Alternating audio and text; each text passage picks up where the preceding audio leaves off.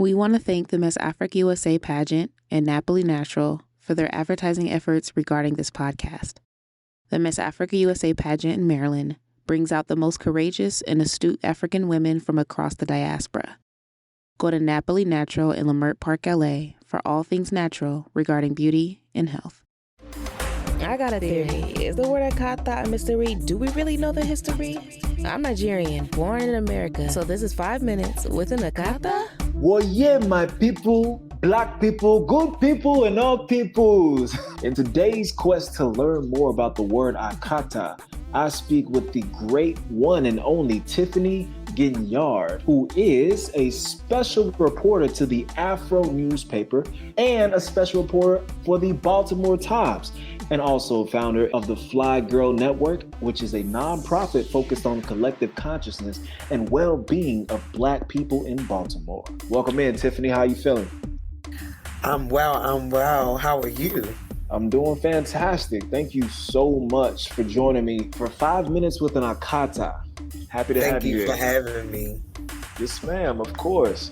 So everybody, we only got 5 minutes. Well, actually, you know what? This is season 4, so we got a little bit more time than that. Oh yeah, let's get into this.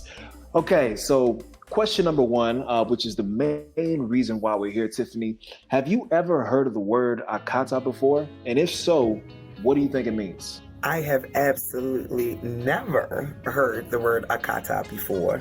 Oh, wow. And so I've actually, coming here to engage in this has been something I've been looking forward to because I want to know. Wow, okay. Well, so a lot of people have different stipulations about the word. Like some people think it comes from like a negative place, and some people think it's just kind of like a casual thing to say, like my brother or my sister. But in most terms, people think it's like a negative connotative word used towards Black people that people from the motherland or the diaspora use. Mm-hmm. If you don't mind me asking, what is your background and ethnicity, and where were you born and raised?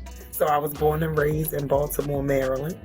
And I am African American to my knowledge. Full 100%. I'm pretty sure some things mixed up in there, but African American and born and raised and still living in Baltimore, Maryland. Yes, ma'am. Yes, ma'am. Okay, Baltimore in the house. Yep. Woo-hoo. Damn, we love to see it. All right, so question for you. Do you think that there's a lack of unity between Africans and African Americans? And if so, what do you think could be causing it? I absolutely do think there is a sense of division with this unity between Africans and African Americans. The very where I notice it the most is in the nail shop. In the hair and the braiding shop. So I personally am a people's person. I love people. Right. I'm able to recognize that infinite spirit in people, no matter what, what skin they're clothed in. But I've had difficulties with just embracing that love for people with the same skin color, but from a different part of the planet, just because I would say there's a language barrier there. Okay. There is also this, I don't know what you call it, but I guess it's this social status.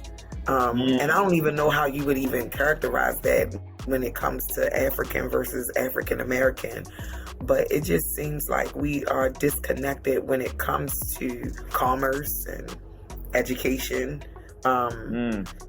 It seems, and I often get, and I don't, like, this is just colloquial, I'm not speaking like as an expert, but when I'm in the braiding salon, and I've actually stopped going to the braiding salon because of this. I don't I just don't like the way we're treated like others. And I know that, I think the culture of consumerism in America contributes to this divide because, Black folk look like they don't have no values to them, to Africans, or that we don't work as hard.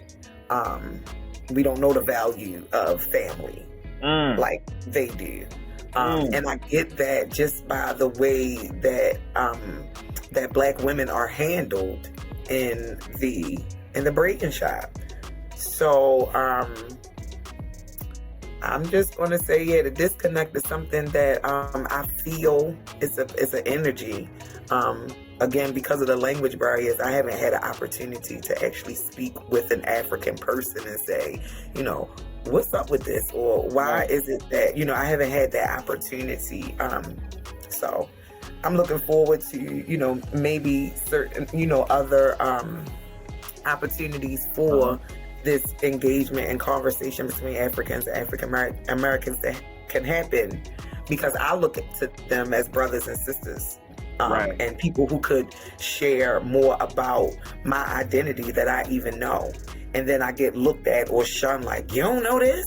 Or, you know, and so, or like, yeah, so I feel like they big brothers and Africans are big brothers and big sisters who don't sometimes see themselves.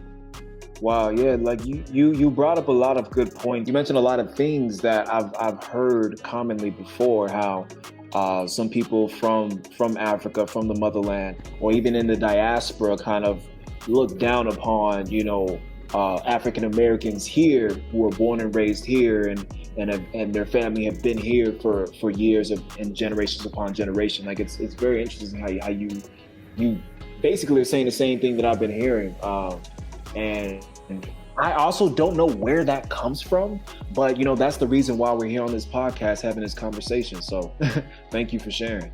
I'm glad that you brought that, you reflected that back to me, because I don't want to be remiss in saying that social gap between us.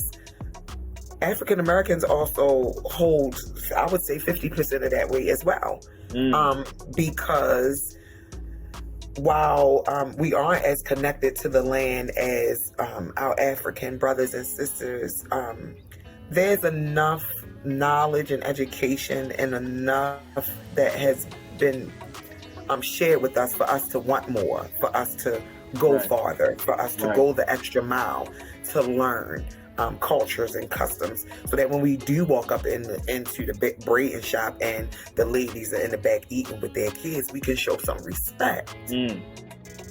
So I'm not gonna, so I'm going to say that we, you know, both I guess sections of people, or both, you know, categories of people. I don't like either of those words, but you get what I'm saying. I get what you're saying.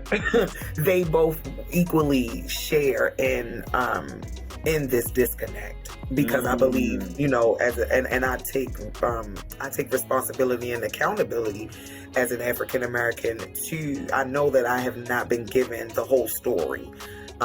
In my history books, I'm very clear. I know that I'm not getting the whole story when I watch television, or even Coming to America, or Coming to America too. You know, like I'm not getting the whole story. The one thing I am seeing though, is that the Afro beats music is bringing out that connectivity. That is what I will say. The music is, I think, bridging this communication gap, because it's one thing about Black folk is we love music, and so and so I think that the Africans and the music industry are really doing the darn thing when it comes to bridging this gap and say, hey, this is us, this is who we are. We ain't trying to be American. But these are the things about American culture that we like. You know, kudos, but this is us, and I love it. I love it. It gives us as African Americans something else, another light to see ourselves in, even in the music industry. I just listened to the lyrics. I mean, you know, it's a shame that it only gets popularized in this new genre of music right now. Because, I mean, Black people kind of been saying some of the same things, but because of our consumerist culture, and when it comes to this music thing, you know, maybe our messages haven't been as amplified as Afrobeats is amplifying just the resiliency of people and the humanity of Africans and African Americans, but particularly the humanity of Africans. I just think this music is really closing some cultural and ancestral gaps between Africans and African Americans, because therein also lies the divide, is these ancestral connections that have been severed. Man, you're hitting a lot of points right now. Okay, I'm gonna ask, with everything that we've been talking about, and you being a mentor for young girls, do you believe and feel that it's important that they too understand the narrative of these conversations? Absolutely.